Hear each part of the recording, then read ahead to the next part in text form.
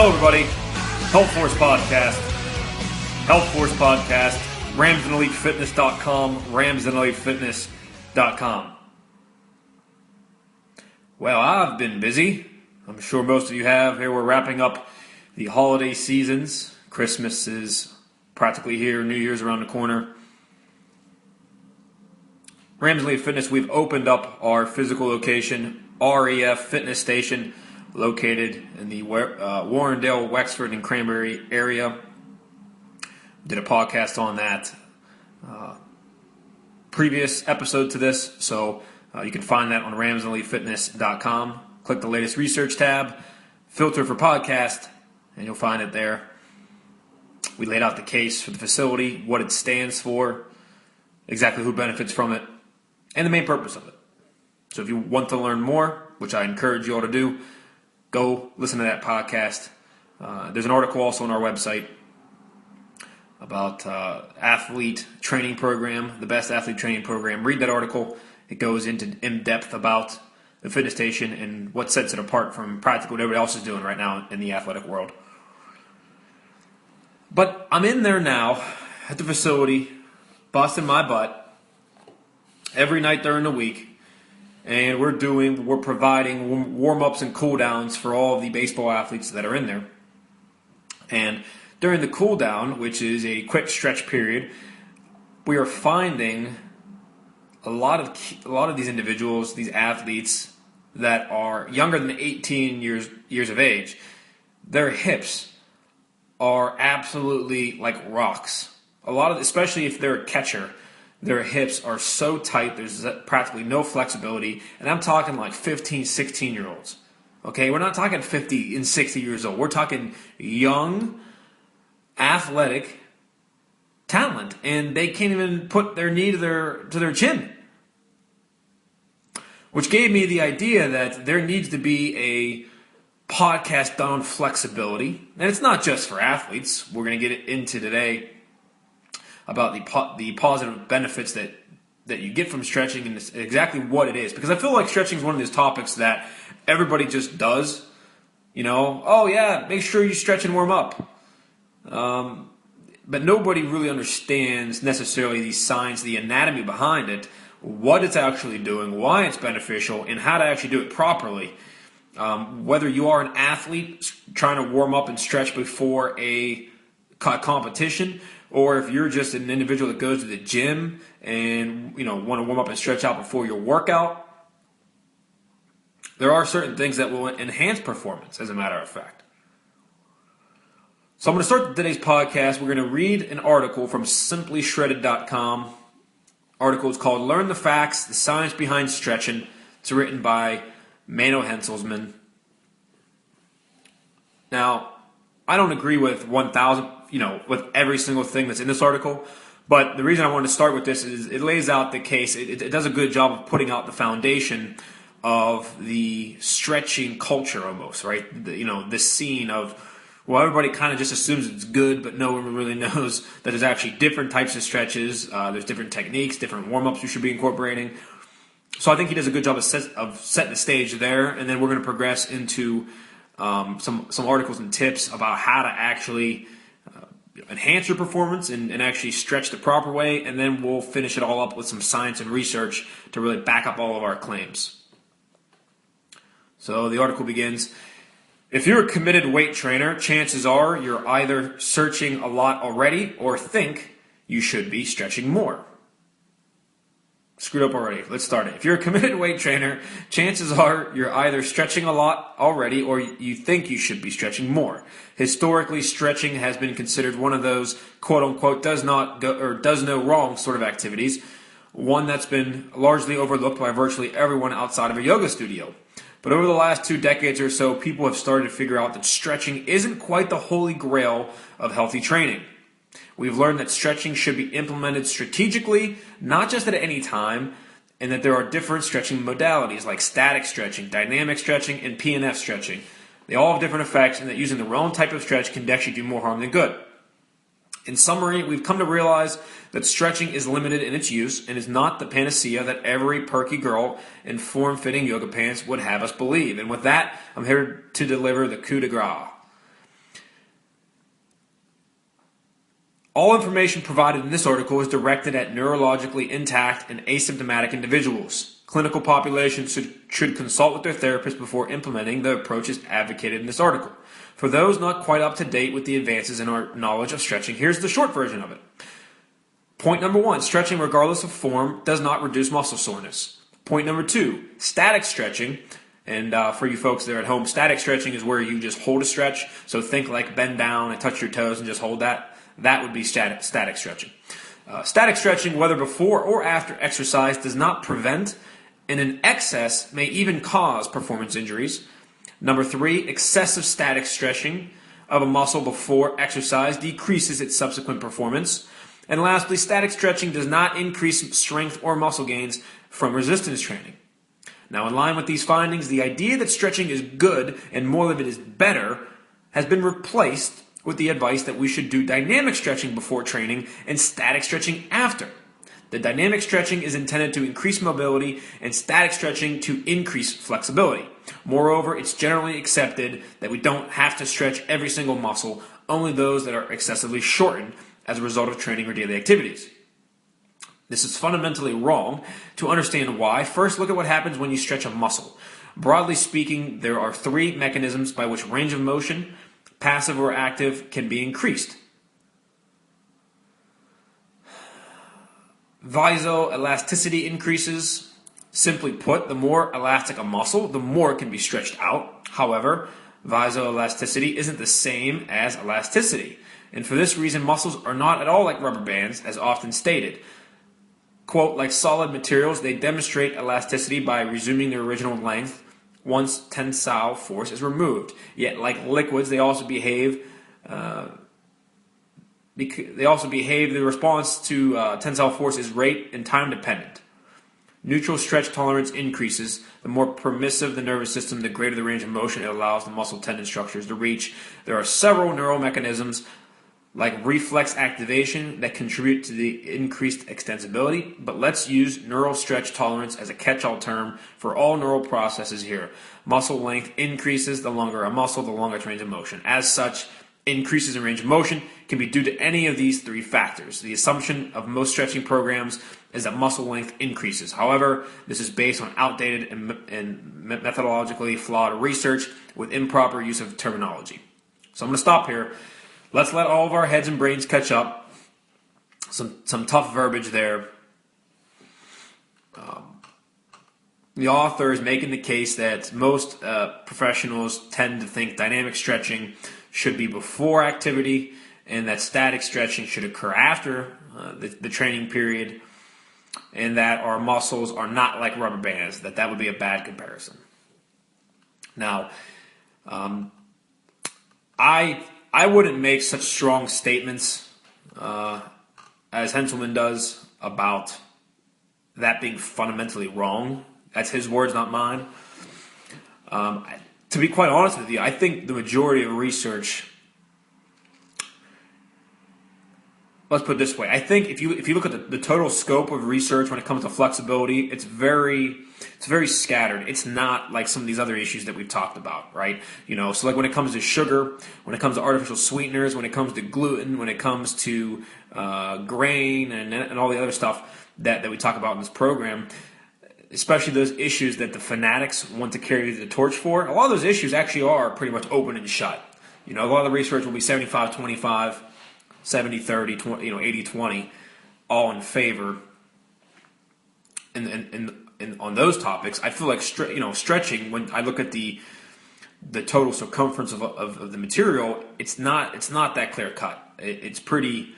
There will be some research studies and reviews that are pretty much inconclusive that come out and say, well, look, some studies, static stretching was better. Some studies, dynamic stretching is better. Some studies say, you shouldn't do either of them. So it's a lot more complicated since there's different modes to it too, which only makes it more in depth.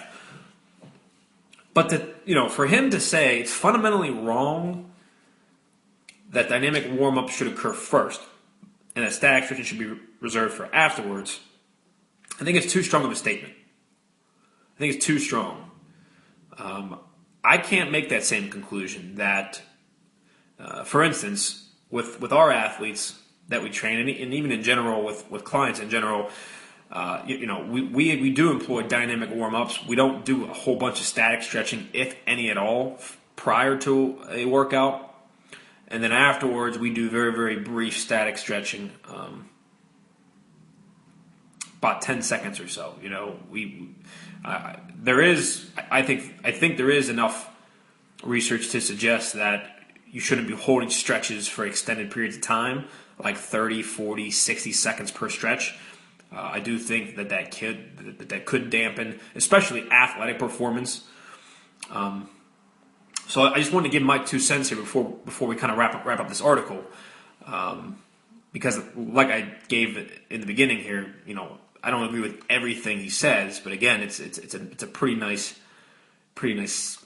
summary so far. So flexibility here, it says, he goes on and says, if you're stretching to get more flexible or mobile, which he's not going to distinguish between the two terms, its success is determined on your exact goal. Doing just any hamstring stretch won't increase hamstring length, so it'll have limited carryover to other hamstring stretches. You need to define exactly what you want to become more flexible, taking into account that your body's adaptations to the stretching will follow this specificity principle. For bodybuilders, flexibility training is only useful to improve the range of motion in exercises that you want to do, but currently can't do with full range of motion. As per the specificity principle, you should make the stretches mimic the desired movement as closely as possible. In fact, the most specific and therefore best stretch is usually the movement itself. For example, if you want to be able to move in your grip on back squat or use a clean grip for front squat, you should just get under the bar and force your hands into position. Try to approximate the desired position and hold. Low intensity static stretching like this, just uncomfortable, not painful, is as effective or even more effective than harder stretching. The optimal duration seems to be about 30 seconds, after which very little further adaptations take place. If you want to increase your range of motion in a movement like squats, the most effective way is simply to do the exercise. Goes on to warming up. Based on the findings listed in the introduction, static stretching before your training session is a very bad idea. Dynamic stretching is also unnecessary, though some of the most effective warm-up drills are effectively dynamic stretches, since practically any active movement that takes a muscle through its entire range of motion can be considered a dynamic stretch. As per the specificity principle, you should remember what it is you're preparing your body for during the warm-up. The general warm-up, which is literally mostly just about warming yourself up, can be just about anything. And so I think this sort of clears it up from his. I think the issue that the author's running into here is that his language. It's funny that he was actually making fun of terminology earlier. I think sometimes, it's really semantics at this point. He's arguing over language because to me a dynamic warm up is essentially what he is describing, warming up. I don't consider like dynamic stretches to be part of flexibility or stretching necessarily. The goal of a warm-up is to get your body temperature to increase. That is the most beneficial aspect of a warm-up, is to increase body temperature so that it's prepared to go through an actual workout, resistance, sprinting, it doesn't matter what. So here it suggests that he does advocate for a general warm-up, or what I call a dynamic warm-up, which makes it interesting earlier that he denied that, that he would reject that essentially. And then he goes on just to wrap up and says sometimes you can just do the movements you're preparing for and do lightweight. So it makes sense. Like if you're gonna do a bench press, you can warm up with light bench press. It's fine. He's got more on his page, but we're not going to go into it. I think article served its justice. So gives you a nice little wrap up of what you're looking at, right? You have some different terminology now. Static stretching is where you stretch and hold. Dynamic stretching, to Henselman's, to his defense, the terminology is kind of shoddy. When you start talking about dynamic stretching or dynamic warm-ups, to me, they're just like athletic movements, right? You're not just sitting and holding. You're doing things like shuffling and jogging and butt kicks and lunges, things like that, which are athletic and exercise mimicking movements. I consider that dynamic warm-up. So I know. Fran, why do any of us care what we call their stretching and warm up? It's very important. You know, you hear that argument all the time. What does it matter what we call it? It's what we do. Well, you know, that's third grade level thinking, right? If you want to be somebody who actually uses some rationale and some intelligence, you should know terms. You should know reasonings for things. You don't just get to say, oh, it doesn't matter what we call it. It's just our warm up. No, it's very important to understand static versus dynamic. Article from BrettContreras.com. It's called 3 Tips to Make Your Stretching More Effective. Highly recommend Brett Contreras. Check out his website, BrettContreras.com. He starts, being flexible is very important on the field and in the weight room. While strength training alone can dramatically improve flexibility, modalities such as static stretching, foam rolling, mobility drills, activation drills, PNF, are also highly valuable in increasing or maintaining flexibility. In this article, I will teach you 3 different ways to make your stretching more effective. And actually, I want to stop for a second because he hit something that I think is critical and not many people think about. I'm going to repeat it. While strength training alone can dramatically improve flexibility, I think, I very strongly would make the case that every individual should partake in strength training. You know, I think what happens is we are still in an age in a society that we get scared when we hear strength training or resistance. Everybody thinks of bodybuilding or powerlifting. Everybody thinks of that. CrossFit has done an atrocious job of scaring everybody into strength training because of what they do. All these Olympic lifts and all this weight here's a little secret. And a lot of times, those big weight plates are like 10 pounds. Okay. They've scared people into thinking that it's too hard to do, or that it's socially unacceptable for a woman to go over into the weight training section and lift weights. So we still are trying to battle that. But individuals that don't strength train tend to have negative effects across the board, right? They aren't flexible usually. They're weak. They have pain. They overuse muscles often, hence the pain, hence the inflexibility, the muscle tightening. And the opposite is actually true. Individuals that engage in regular physical activity, high-intensity interval training, strength training, resistance training, speed training, what have you, tend to be more flexible and have more strength. So even sometimes, and this is what I'm noticing here at the fitness station, is when I'm working with a young individual, since they are young, they most likely haven't really strength trained, or should I say strength trained the proper way. Yeah, these high school macho guys might go in and do bicep curls and bench press and call it a day, but that's not real strength training. So when I'm working with these individuals and their hips are really, really tight, I almost think it could be 2 things. Number 1, it could be a lack of flexibility. And number 2, it could be weak muscles. So an individual like that, weight training actually may loosen the muscles. And I'll give you a quick anecdotal story. If I ever stop working out for like 2 weeks, I tend to sit a lot, right? I work from home at the home office. I drive in the car a lot. I'm oftentimes in a seated position. My lower back tightens up like no other. And I actually have low back pain. And I'm 26 years old. That's about 2 weeks of no activity whatsoever. No workouts, no running. If I do that, that's what happens to me. You want to know how I get rid of that pain? Now, certainly I can apply heat. I can stretch. I do those things, but those are really just pain management at that point. I get in the gym and I work out. Believe it or not, I work out with my low back. And it within a day or 2, it loosens right up, and it's good to go. So I'm going to give a hat tip here to Brett for mentioning strength training as part of a flexibility training. Very, very important. He gives us 3 ways to increase the effectiveness of your stretching. Number 1 is employ 3-dimensional stretching. I first learned this strategy from strength coach Mike Boyle, and it's a no-brainer. Let's consider the hamstring. If you externally rotate the hips, you'll increase the stretch on the inner hamstrings. But if you internally rotate the hips, you'll increase the stretch on the outer hamstrings. Most individuals are especially tight in the lateral hamstrings, the biceps femoris muscle. But ideally, you'd like to maximize the stretch for all the hamstring tissues.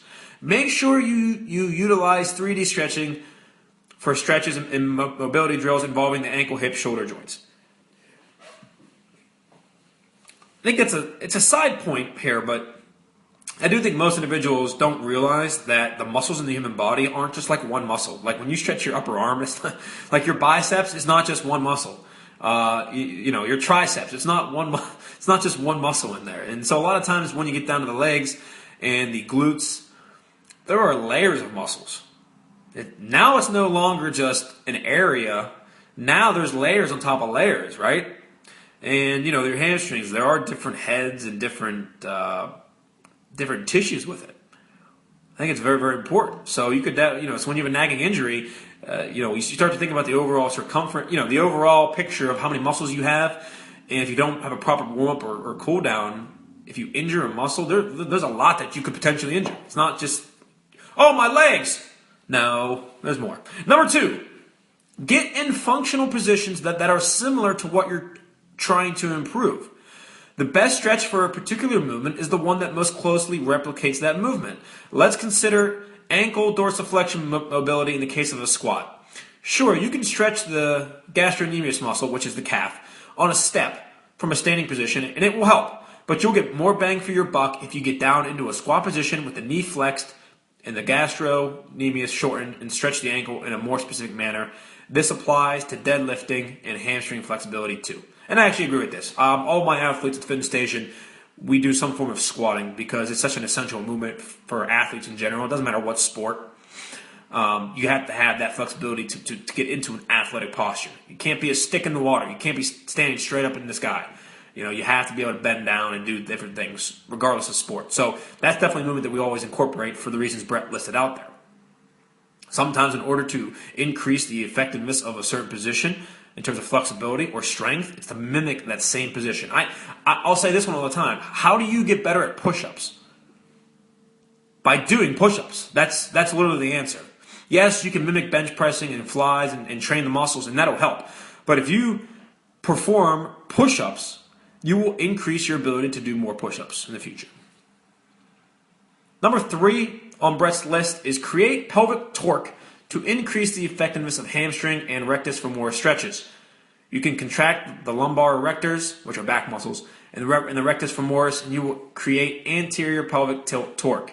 Contract the gluteus maximus and the lower rectus abdominis, and you will create posterior pelvic tilt torque. The pelvis can therefore be used as a crank wheel to increase the stretch on the bi-articular hip muscles such as the rectus femoris and hamstrings. As a side benefit, by utilizing the pelvic muscles when stretching, you'll increase your pelvic motor control while improving the effectiveness of the stretch, allowing for greater bang for your buck. And he has a video on here on his website, which you are free to see. As you can see, he wraps up, there is more to stretching than meets the eye. Simple strategies such as the aforementioned techniques can go a long way in maximizing the effectiveness of your flexibility training. Give them a try. Let me know how they feel. I've got 3 research studies here to wrap up our podcast today.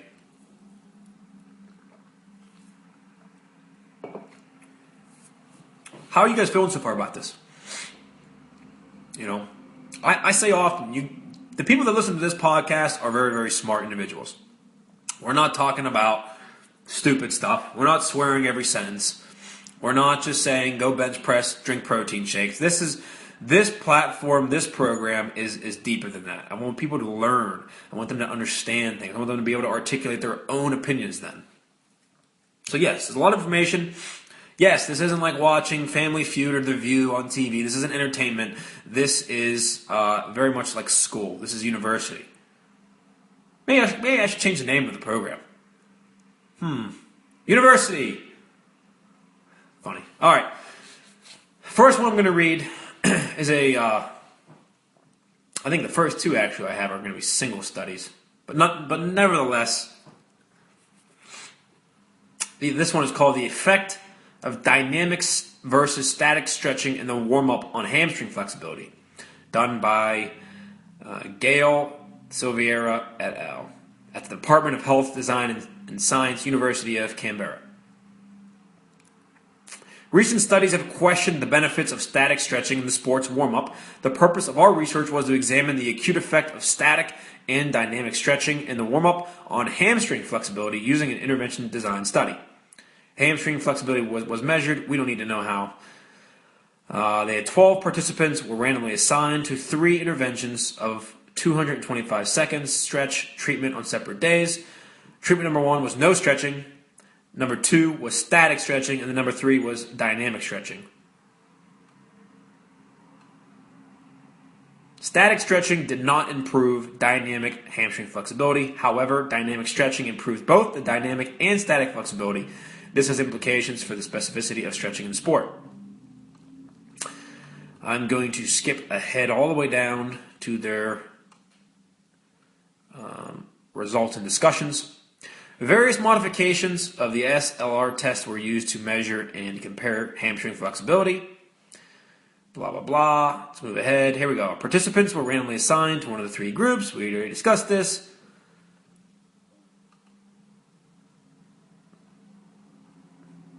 There we are. Okay. Conclusion. The intervention study comparing the effects of static and dynamic stretching routines in the warm-up on hamstring flexibility demonstrated that dynamic stretching enhanced static as well as dynamic flexibility. Static stretching, on the other hand, did not have an impact on dynamic flexibility. This has implications for the use of static stretching in the warm-up for dynamic sport. The role of static stretching for injury prevention in dynamic sport is also being questioned. So again, if any of you played football, right? Before the game, you come out, you get into your lines, you clap, you all count to 30, and you do static stretching and just hold. And that's been the old school thinking for a long time. Let's just stretch. Even for baseball, anybody kind of just get in there and stretch a little bit, and all right, let's go. Now we're seeing that shift, and properly so, in my opinion, to the more of the dynamic type. Like I take my football guys. I coach high school football. And I take my guys, when we do warm-ups, onto the goal line, and we'll do things like squats, we'll do things like jogging, skipping, shuffling, things that do mimic the movements that they're going to experience in the game, but aren't just sitting there and holding muscles for 30 seconds apiece. And I think this is new because a lot of teams we play still do the old school static stretching stuff. Baseball guys, right? Many of the best thing you could do, and I know they're very good about this in the sport, is warming up by throwing. Like if you're going to be throwing, go grab a ball and get out there and start moving around a little bit, some arm circles, push-ups, whatever, and start throwing. It's a good warm-up. I want to move on to a current concepts in muscle stretching for exercise and rehab by PhD Dr. Phil Page. Stretching is a common activity used by athletes, older adults, rehab patients, and anyone participating in a fitness program. While the benefits of stretching are known, controversy remains about the best type of stretching for a particular goal or outcome. The purpose of this clinical commentary is to discuss the current concepts of muscle stretching, interventions, and summarize the evidence related to stretching as used in both exercise and rehab.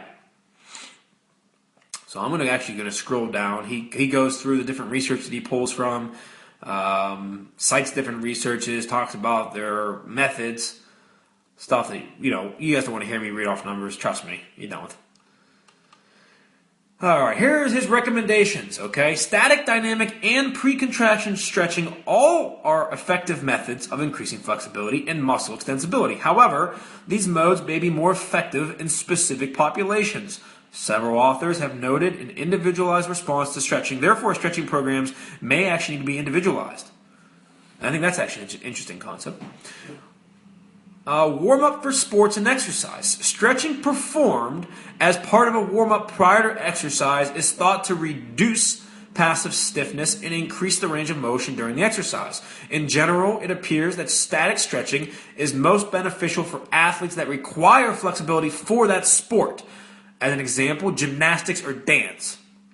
Dynamic stretching may be better suited for athletes requiring running or jumping performance during their sport, such as basketball players or sprinters.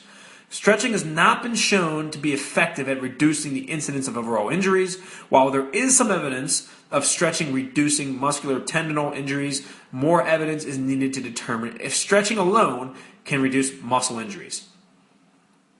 As a summary, the benefits of stretching seem to be individual to the population that we are studying. Several factors must be considered when making clinical recommendations from the literature. To increase range of motion, all types of stretching are effective, although PNF type stretching may be more effective for immediate gains. To avoid a decrease in strength and performance that may occur in athletes due to static stretching before a competition activity, dynamic stretching is recommended for warm-up. So there is that out there too. That's, again, I can't say it's 100% certain. I can't even say it's 70-30, the research. It's probably closer to 50-50 if I had to just, throw out some numbers. Showing that actual static stretching before exercise or before an athletic event can actually harm your performance. So, I mean, even so that is floating out there. It's, again, I'm not a fan of doing the static stretching beforehand, partly because even if that's true, okay, let's assume it is for 1 second, that static stretching harms performance. I don't even want to risk it. The fact that it's 50-50 or some research shows that actually occurs, why would I even risk doing static stretching when the research on the same token can show you that dynamic stretching can do the job of warming up the body and increase flexibility, but not have that negative side effect potential sitting out there. You see what I'm saying? And that is why, in my opinion right now, it makes sense to not do any sort of static stretching, sit there and hold muscle groups before exercise or physical activity. Now, that might change. I'm very, very honest on this program that if the research were to change, I'll be the first to tell you. Like tomorrow, if artificial sweeteners are found to, in the majority of studies, it's now incontrovertible that they are harmful to your body and cause disease and inflammation. Well, look, I'll be the first one to tell you that. That's all I'm looking for all along is some common sense approach. I'm not like anti-science or anti-research. In fact, it's quite the opposite. I stand by the data. In all cases, I don't let my emotions get in the way. Even when it comes to things like carbohydrates, okay? There's been times where I go on a low-carb diet. There's times where I go on a low-fat diet. I get different results, each time depending on a number of factors. And the research is kind of split. The research just says, look, carbohydrates aside, it's really just about overall energy levels and creating deficits. Whether you want to do it with carbohydrates, fats, proteins, whatever, I mean, it doesn't necessarily, it's not proven to matter, and one way is way more effective. So even if I were somebody that loves low-carb diets, I'm out there, I'm killing it, I love it, at the end of the day, I still would have to come back and say, look, but the research, I mean, you just have to eat less. So I'm the same way with all this stuff we talk about, whether it's stretching or any of the fanatic stuff. I don't care. I'm just about the truth, man. It's all we want to do. Educate and provide the truth. Cut through the BS. A lot of people you'll find out in this world, especially in my industry, have their own little motives. They do. Even the people that offer those classes, I know we've talked about it. It'll sound like a broken record. They come out, they say $5 for class. They put, 30 people in a room. Let me tell you something. It's not because they think that's the best training ever for that, for speed and agility. No, it's because they put 30 people in a room, they can make a lot of money. That's the bottom line.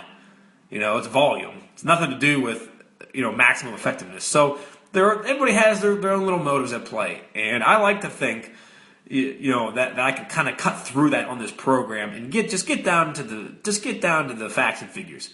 And then you guys can make up your own mind. So even if you disagree with what I'm discussing or in the places I get my information from or what have you, feel free to do so. But just come with some information. Come with a reasoning why. Don't just say, well, hey, I like taking out artificial sweeteners. I feel less bloated. Don't just say that. There's got to have a little more to you than that. Have a little more bite to your argument. The last one we're going to read here is dynamic versus static stretching warm-up.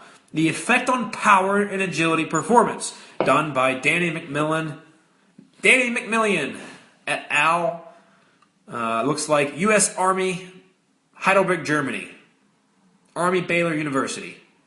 Doctor of Physical Therapy Program. Okay. McMillan et al. let's see here. The purpose of the study was to compare the effect of a dynamic warm-up with a static stretching warm-up on a selected measures of power and agility. 30 cadets at the United States Military Academy completed the study. All right, so again, this is not a review. This is a single study. I'm going to go ahead and skip down. We don't necessarily need to know all the measures again. The results. Descriptive statistics representing the performances on each dependent variable based on warm-up conditions are presented in Table 4. Repeated measures revealed neither a significant main effect nor interaction for gender. Therefore, data were collapsed for post hoc. Okay, enough. These guys sometimes put, they have to do it. Look, in fairness, they have to put all this heavy information in here. But at the end of the day, I don't care to read this stuff. You don't care to read this, do you? All right. The purpose of the study was to compare the effects. What the hell is going on in this article? It tells me results and discussion, and then it just is recapping everything they did. All right, here we go, folks. Practical applications. For tasks requiring power and agility, and I would use an example of sports, right? The results suggest that a dynamic warm-up might offer performance benefits not found with static stretching or no warm-up. It is likely that a dynamic warm-up similar to that used in this study will achieve general warm-up goals without invoking the mechanical and neural activation drawbacks associated with acute static stretching. For tasks demanding a high degree of flexibility, power, and agility, warm-up activities should be sequenced so that static stretching, if it's deemed necessary, is followed by a dynamic progressive movements that mimic the goal activity without inducing fatigue. So, I think the reason I chose the researches that I did in science, the studies I did, is that it gives you a nice picture that it's not clear cut, right? None of these guys are coming out and saying 100% you've got to do dynamic, no static. There's always a but scenario on all of them. So, at this point in time, here's my recommendations for stretching. And I'll give you two examples. Let's say you're an athlete preparing for a contest or a lesson or a sport workout where you're on the field doing technique drills. I would do a 5 to 10 minute dynamic warm-up. Okay, incorporate athletic movements. I would not sit there and do a bunch of static stretching. I would do things like squats. I would even squat and hold the position down. I would do slow lunges, really extending your legs out, and kind of taking your time on those. Arm circles, jumping jacks, mountain climbers, burpees, push-ups. If you have resistance bands, hitting up a really, really quick routine on that. These sort of things, to me, right now are optimal at current date for warm-up for athletic events. Okay, I don't think you want to do a whole bunch of static stretching just because of that possibility that static stretching decreases performance with power. I would avoid that. If you're somebody that's going into the gym and you're warming up for just a weight training routine, right? You're just going in to warm up for a chest day or leg day, what have you. Again, I'd probably do a 5-minute dynamic warm-up. Again, that's probably optional. I think you could get away without having to do it. I just would do it to increase body temperature. 5 minutes of those exercises that we mentioned, kind of just thrown together, or go on the treadmill for 5 minutes. And then, depending on what muscle group you're lifting, I would probably do 2 sets of warm-up, very, very lightweight. So if you're bench pressing, I would do 2 sets of I don't know. I mean, it depends on what you're doing, but 10, and just kind of pick a nice, easy weight that you could do, and just have your body and have your arms and elbows and shoulders and all your joints go through that range of motion that you're going to be performing, and that should be adequate enough for flexibility. Afterwards, once you're done, this wasn't talked about a lot. Today we focus on the warm-up aspect, but after you're done, static stretching I'm okay with. We static stretch at Fitness Station afterwards. Again, nothing like 30 seconds and sitting there and holding. We'll do 10 seconds, 15 seconds each stretch, move through very quickly. A lot of the kids now are flexible, so we're just looking to maintain that.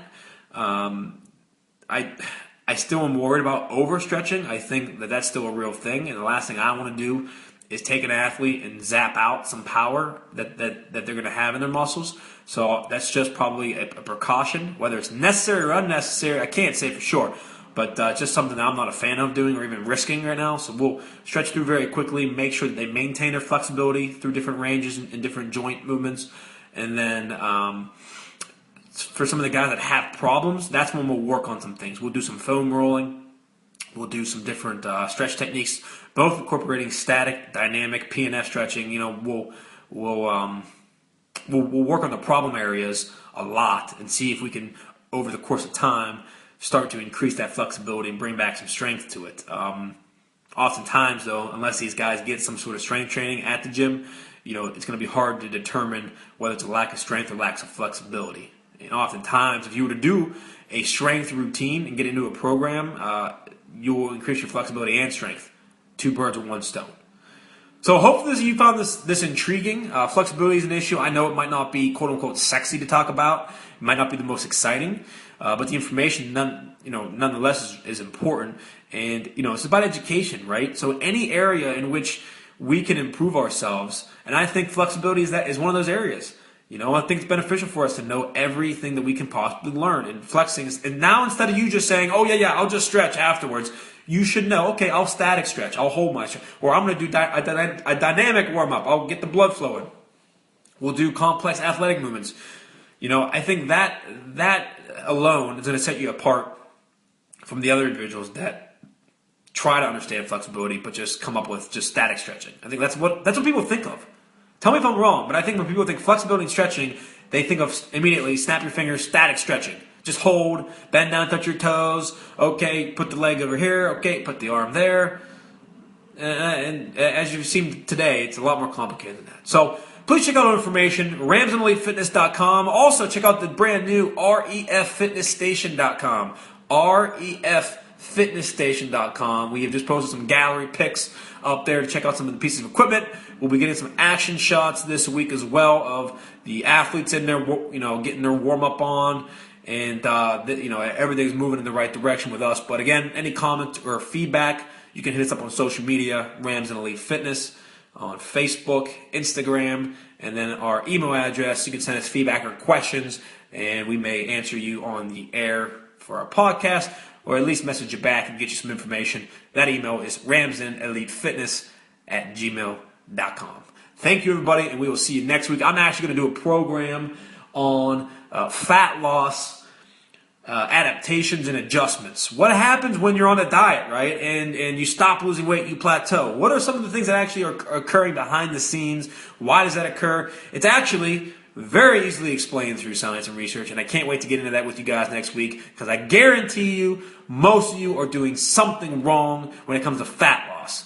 All right? These damn paleo diets, these stupid cleanses, the 20-day fix, the whatever the heck the CrossFit guys are doing, all these stupid extreme diets are screwing all y'all up and making you do very, very bad habits that are actually forcing your body to adapt to the stimulus and leaving you in a worse place than you would be if you just learn to slowly, over time, make good choices, good habits, and progress through, not just severely drop calories on one big shot.